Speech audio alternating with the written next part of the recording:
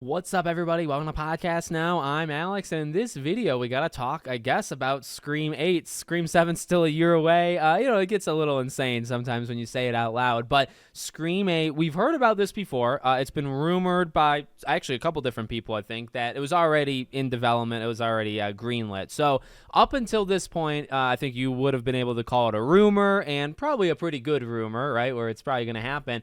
But this is about as close to confirmation, and in fact, this really is, I think, confirmation, is we got it from Production Weekly. This is pretty much as official as it gets, right? This is it's just an official publication that goes out there that talks about what things are coming out. You get jobs, or you can kind of get tipped off of like things that you could apply for. I mean, like, it doesn't really, except for like Paramount or like the official Scream Twitter or whatever, there's a couple places, I guess, it could be more official than this, but it appearing there, a new Halloween movie appearing there, by the way, for those Halloween fans out there. I know there's a lot of crossover, but Scream 8, like, literally clear as day, is in the publication, right? And it's got the official, number of even 8. It's not Scream something. So there were also rumors directly after, I think, from Daniel RPK, that it would again be focused on Sydney. I think the one thing that you can say pretty confidently, and obviously I guess we'll have to talk about it more and more as we get closer, and like what the full-on plot of 7 is and how it ends, well, that's kind of the thing right there, right?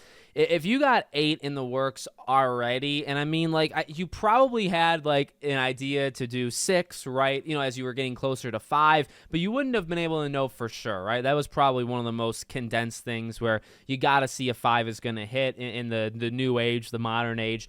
Then when 6 comes out, leading into 6, you should probably prepare for 7. And it definitely sounded like they did, right? I remember there being rumors, I think even like Grace Randolph and stuff, an interesting character. But, you even had her talking about, hey, there's going to be a Scream 7 as we got into, like, Scream 6 had just released in theaters. It didn't even make $1 yet. And people were saying, yeah, they're already working on 7. So we've definitely heard it before, but like for this to be in production, like they're actively doing stuff behind the scenes on it, a year out, right? I mean, it very much seems to me like it's going to be just a quick thing, like we kind of became accustomed to with 5 and 6, that 7 is going to come out next year, next February, and I would not be shocked whatsoever if they were filming in the summer of next year, right? Right at like 3 months after they were filming, and then they get them out kind of yearly. And then focused on Sydney, not a shock. You would imagine, like, as this goes, it's definitely, I feel like, going to morph, and you'd have to see what 8 does and what 9 does, right? Because you do a new trilogy, and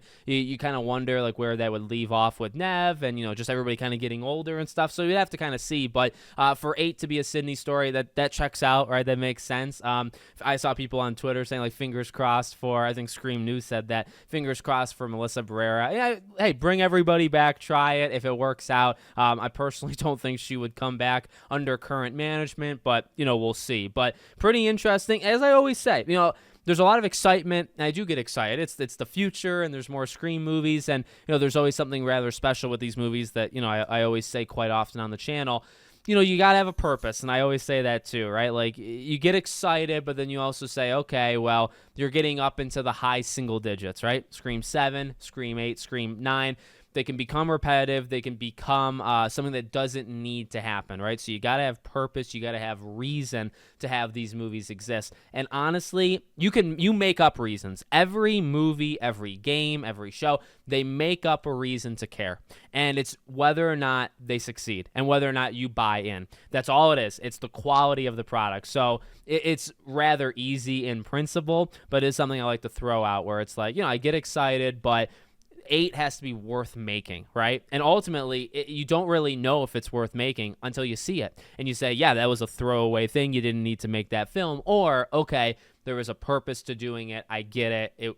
It did it. It did its job. So first, you got to worry about 7. Then you can worry about 8. Obviously, they're already worrying about 8. And you, as expected, it's a movie franchise that makes a lot of money for what it is, right? So let me know what you guys think in the comments. Make sure, as always, you're subscribed to the channel, bell icon turned on, and I hope to see you all on the next one.